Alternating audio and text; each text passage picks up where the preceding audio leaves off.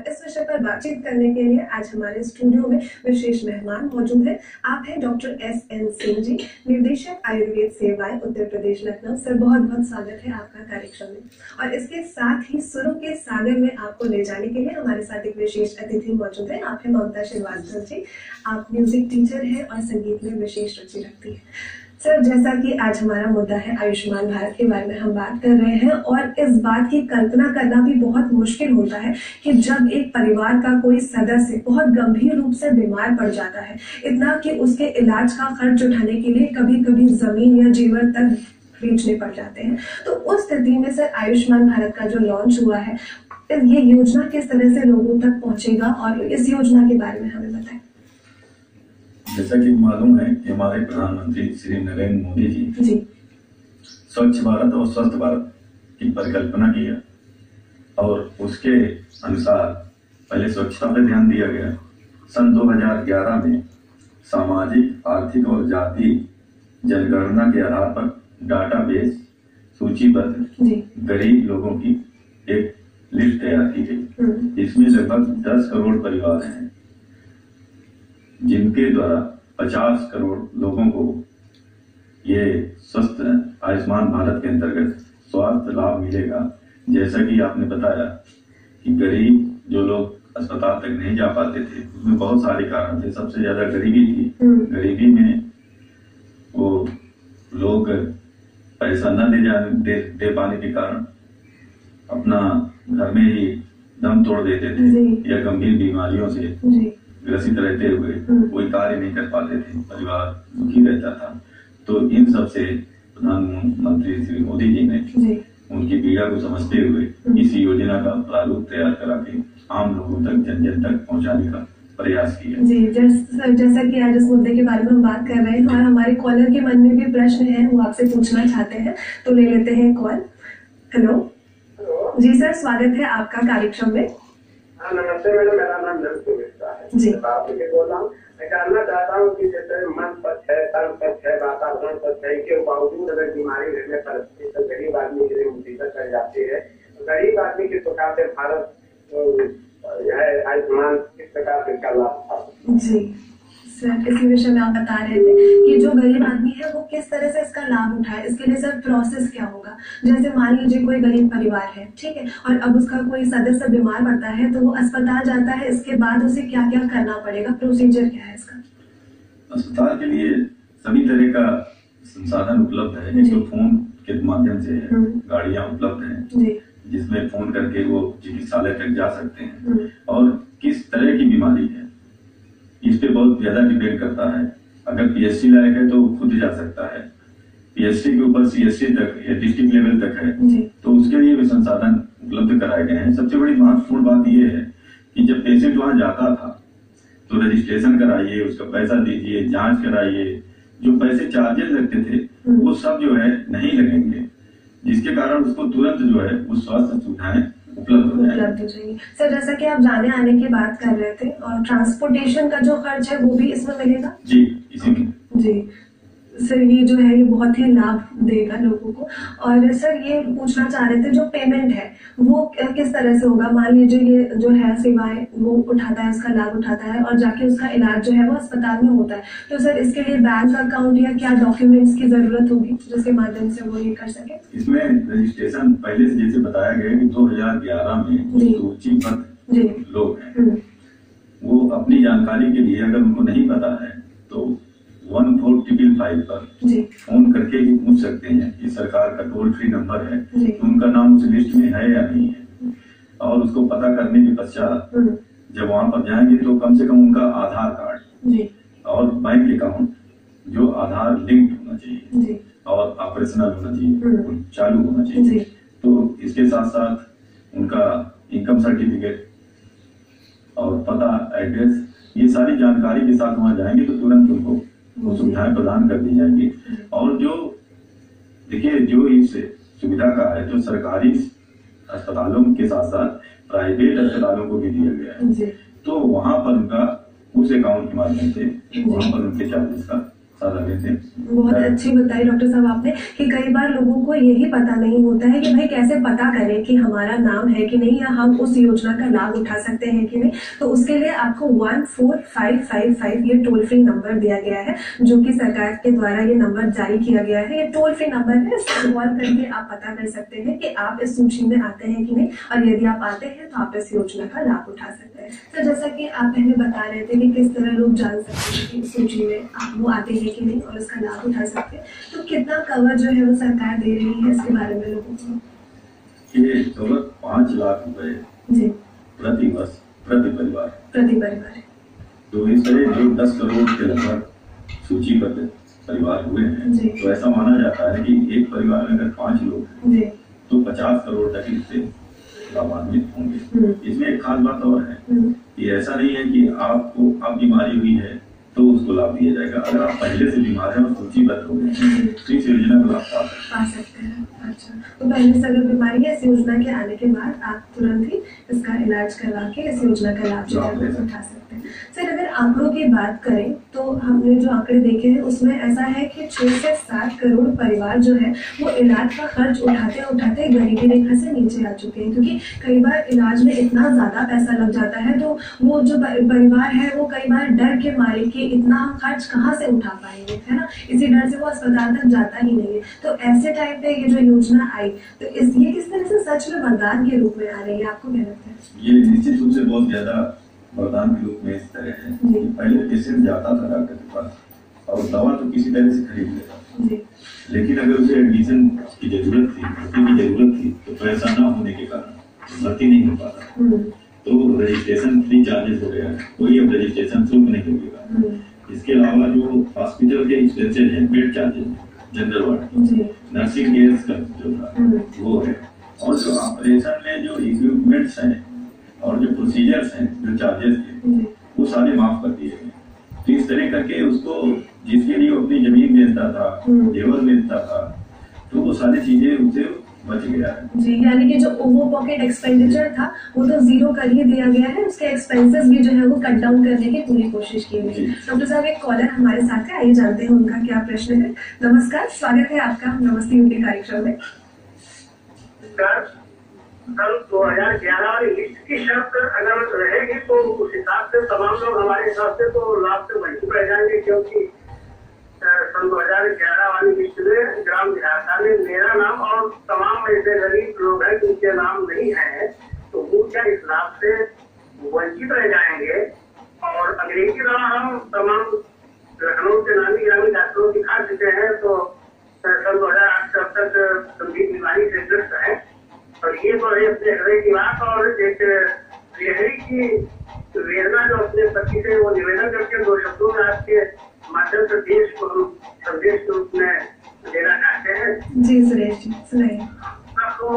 के दर्द सहे के तप के छुप के रो लिए, क्या हश्र में करोगे जनाब बोलिए, नेकी बदी का पलक पे निशान तना है, फिर क्यों लोगों का जुर्म से ईमान रंगा है, नेकी बदी का शर्म खुद के दिल पे तोड़िए, क्या हश्र में करोगे जनाब बोलिए। जी, बहुत ही सुंदर प्रस्तुति सुरेश जी आपकी। और जैसा कि आपने सवाल किया तो हम जानना चाहेंगे डॉक्टर साहब से कि सर, जो सूची बनाई गई है 2011 में, उसके अनुसार जो लोग आए हैं और क्या भविष्य में जो लोग उस सूची में नहीं है, जो कि हैं, उन योजना का लाभ उन्हें मिलना चाहिए, तो क्या इस सूची को बढ़ाने की या इसे फिर से मॉडिफाई करने की कोई योजना बनाई जाएगी? देखिए, कोई भी योजना जब आती है तो उसको पहले तैयार किया जाता है। ये सही है कि 2011 के अंतर्गत जो सूचीबद्ध हुए हैं उनमें बहुत सारे रह गए हैं, लेकिन ये योजना 2018 से 22 तक है, तो निश्चित रूप से इसमें पहले फेज में इतने लोग लिए गए और जैसे जैसे इसमें आगे बढ़ेगा तो भारत सरकार अपने पोर्टल फिर बनाने की प्रयास चल रहा है। उसमें हो सकता है कि आगे रजिस्ट्रेशन फिर से लिए जाए और लोगों तक निश्चित रूप से इसका लाभ, क्योंकि ये लोगों के लाभ के लिए ही बनाया गया है, तो भारत सरकार की ये पूरी कोशिश रहेगी कि जिन लोगों को इसकी जरूरत है उन तक ये लाभ जरूर पहुंचे। तो सर इसके बारे में जैसा कि आप बता रहे थे आयुष्मान भारत की योजना के बारे में, तो हॉस्पिटल्स जो है उनका सर सिलेक्शन क्राइटेरिया किस तरह का होगा, क्या चीजें देखी जाएंगी जिसके बेसिस पे उन्हें उस सूची में लाया जाएगा जिसके अंतर्गत उस योजना को उस अस्पताल में लागू किया जाएगा?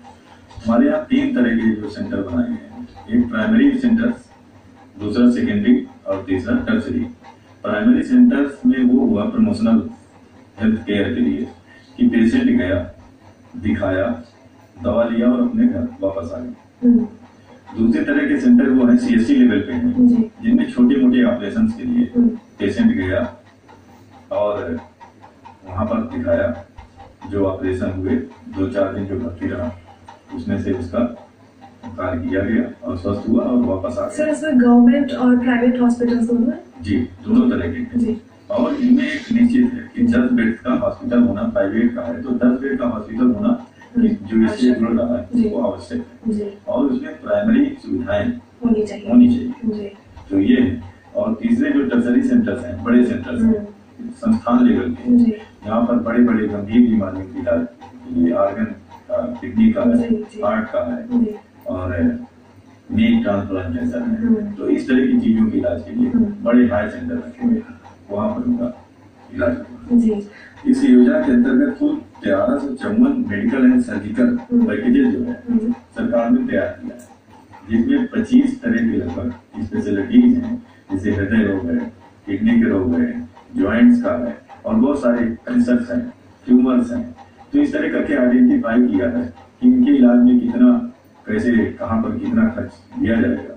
अभी गवर्नमेंट सेक्टर में तो ठीक है, लेकिन प्राइवेट सेक्टर में पूरी तरह से नहीं जुड़ पा रहे, कनेक्ट नहीं हो पा रहे हैं, क्योंकि जो प्रॉफिट वो ले रहे थे या जितना पा रहे थे सरकार ने अपने हिसाब से निर्धारित किया है। तो उन्हें भी हमें जागरूक करने की जरूरत है कि ये सभी ये हेल्थ प्रोग्राम से हेल्थ है, स्वास्थ्य रखना है, तो थोड़ा इसमें सरकार के साथ सहयोग करें।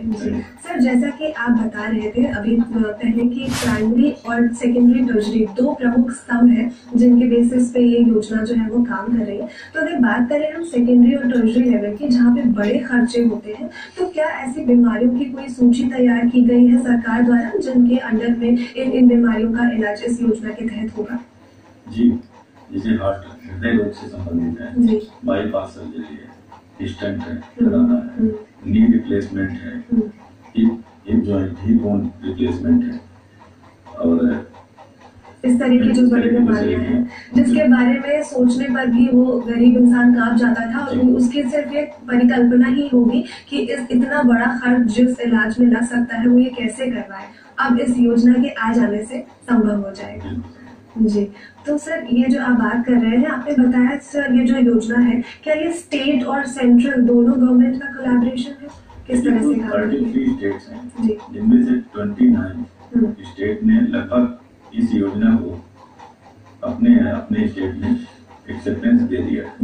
एक्चुअली इसमें भारत सरकार का 60% और राज्य सरकार का भाग्यांश 40%, इसके अंतर्गत मिलाकर ये योजना चलाई जाती है। तो जिन स्टेट ने एक्सेप्ट कर दिया है उसमें तुरंत लागू हो जाएगी, और बहुत सारे जो स्टेट रह गए हैं उस पर विचार कर रहे हैं, और ये माना जा रहा है कि भविष्य में वो भी साथ आ जाएंगे, क्योंकि ये योजना जो है वो लोगों की भलाई के लिए काम कर रही है। क्योंकि आज हम बात कर रहे हैं आयुष्मान भारत की। सर इससे पहले जो आप बता रहे थे, तो ये जो प्राइमरी और टर्शरी लेवल पर बात कर रहे थे, तो अगर हम बात करें सर लोगों की जिन्हें ये सेवाएं मिलेंगी, तो इसका भी क्या सर डिविजन हुआ है अर्बन और रूरल प्लेटफॉर्म पे? जी बिल्कुल हुआ है।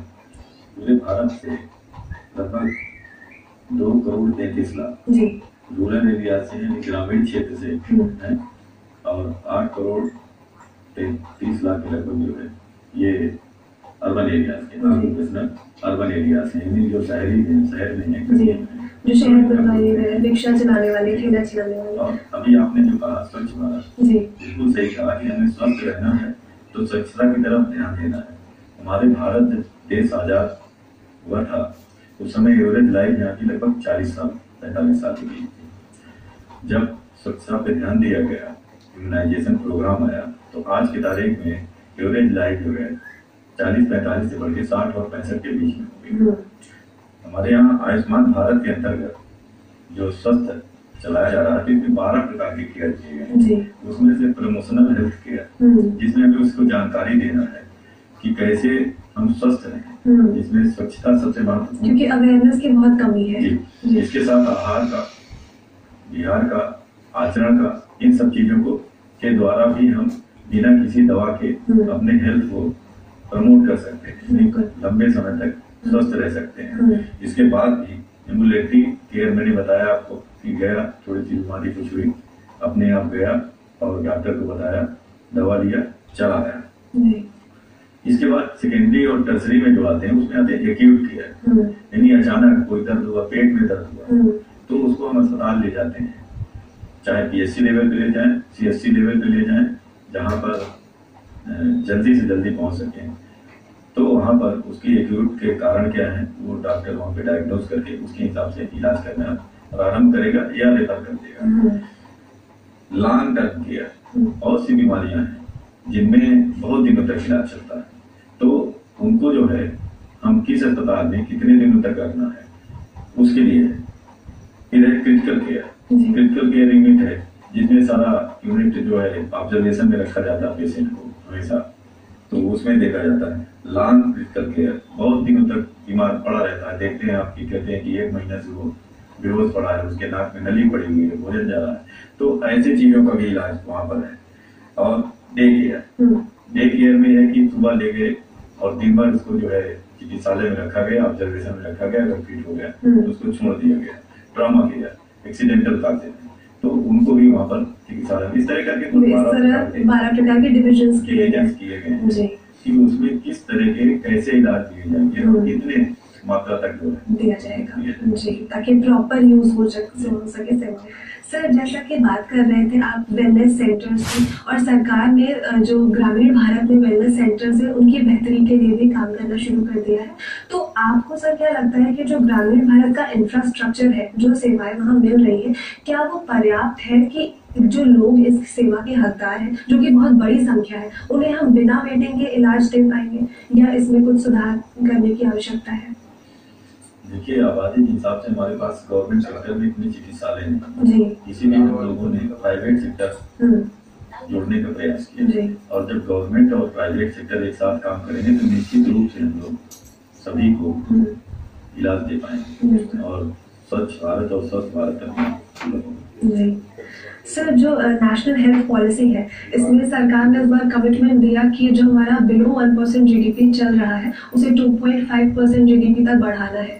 तो इस तरह से जो प्राइमरी हेल्थ केयर सेंटर्स है और जो आपने बताया प्राइवेट हॉस्पिटल्स का कोलैबोरेशन भी आएगा इस प्लेटफॉर्म पे, तो वो कितना फायदेमंद रहेगा लोगों के लिए, या इसे एक प्रॉफिट मेकिंग इन्वेस्टमेंट के तौर पे देखा जाएगा?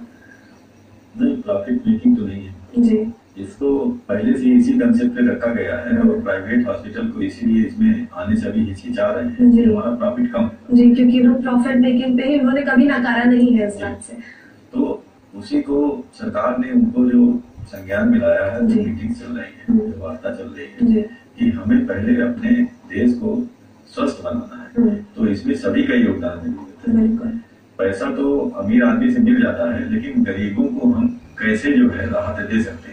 और इस सरकार की योजना के अंतर्गत जो पहले स्वास्थ्य बीमा योजना थी भारत सरकार की, उससे इसमें यही अंतर है कि इसमें 20 से 30% इसकी कास्ट और कम हो जाए, ये बहुत बड़ी बात है। तो इस तरह करके निश्चित रूप से लाभ मिलेगा। जी सर, एक कॉलर हमारे साथ जुड़ चुके हैं, आइए जानते हैं कि वो हमसे क्या शेयर करना चाहते हैं। जी नमस्कार, स्वागत है आपका हमारे कार्यक्रम में। नमस्कार, बहुत बहुत धन्यवाद। ये बहुत अच्छा प्रोग्राम है और समय के अनुसार है, लोग बड़े उत्सुक है कि पूरी जानकारी मिल जाए। तो मैं पूछना चाहूंगा कि ये जो इस योजना से संबंधित एक अच्छी खासी लिटरेचर साइट में या कोई विवरण ऐसा कोई प्रकाशित हुआ है जिससे पढ़ के लोगों को पूरी जानकारी मिल जाए? और दूसरा ये कि अगर इस संबंध में कोई संदेह हो तो किस फोन नंबर से या कॉन्टेक्ट नंबर कोई दीजिए जिससे पूरी जानकारी मिले, कोई कंफ्यूजन न रहे। सर, आप जैसे कि सवाल आपने सुना कि ये पूछना चाह रहे हैं कि लोगों को अगर पूरी इन्फॉर्मेशन जाननी हो तो क्या कोई ऐसी वेबसाइट है गवर्नमेंट की जिसके द्वारा वो पूरी जानकारी उस पोर्टल पे जाके जान सके, या कोई ऐसा हेल्पलाइन नंबर? 1499 जी। उसमें से एक पता चल जाएगा। और वेबसाइट में जाएंगे आयुष्मान भारत बोलेंगे तो निश्चित रूप से कुछ पूरी इन्फॉर्मेशन आपको मिल जाएगी कि क्या है योजना, कौन से लोग लाभार्थी हैं इसके और किस तरह से ये काम करती है। तो इस तरह से आप गवर्नमेंट की जो वेबसाइट है आयुष्मान भारत की, उस पर जाकर पूरी जानकारी जो है वो प्राप्त कर सकते हैं अपनी लैंग्वेज में, सुविधा अनुसार इंग्लिश, हिंदी या जो भी लैंग्वेज आप चुनते हैं उसमें आपको अपनी भाषा में जानकारी पूरी मिल जाएगी इस योजना की। और आप जो है जागरूकता भी फैला सकते हैं, किसी को जानते हैं जिसे इस योजना का लाभ लेने की जरूरत है या वो उस श्रेणी में आता है, तो आप अपने स्तर पर उसे ये संदेश पहुंचा सकते हैं। और सर हम ये जानना चाहेंगे कि आपको क्या लगता है, संक्षिप्त रूप में आप ये बताएं कि कौन सी ऐसी अड़चने हैं, कौन से ऐसे हर्डल्स हैं जिन पर विशेष ध्यान देने की जरूरत है अगर हम इस योजना को सफलतापूर्वक चलते देखना चाहते हैं तो। देखिए, कोई भी सरकार की योजना होती है तो बड़ी साफ नियत से बनाई जाती है, लेकिन आम जनता तक पहुंचे उसका अभियान चलाना चाहिए, हमें बताना चाहिए, इसके लिए प्रचार प्रसार का माध्यम होना चाहिए। लेकिन इसमें कोई अव्यवस्था न हो पाए, बीच में से ब्रेकअप न हो पाए, तो उसके लिए हमें इसकी निगरानी के लिए कमेटी का निगरानी समिति होनी चाहिए, कोई ऐसा किसी तरह का कोई फ्रॉड ना हो सके, कोई फ्रॉड ना हो सके। और जिन लोगों के लिए योजना आई है जिससे कि ये पूरी तरह से पहुंचे और उनको लाभ मिले। बिल्कुल सर, बहुत अच्छी बात बताई आपने। जी, आप हमारे शो में आए, डॉक्टर साहब आप आए और आप लोगों ने अपनी जानकारियां साझा की। मुझे उम्मीद है कि लोगों तक ये जानकारी जो है वो विशेष रूप से पहुंची होगी, उनके मन में जो प्रश्न रहे होंगे उनके जवाब आपको मिले होंगे और इसी तरह से आप हमारे कार्यक्रम के माध्यम से और भी जानकारियां जानते रहेंगे। आप दोनों का बहुत बहुत धन्यवाद आने के लिए। और दोस्तों, इस तरह से नमस्ते यूपी कार्यक्रम में आप हमसे जुड़ते रहिए और इसी तरह से हम नए मुद्दों पर बात करते रहेंगे। और आज के कार्यक्रम से तुम को दीजिए विदा, नमस्कार।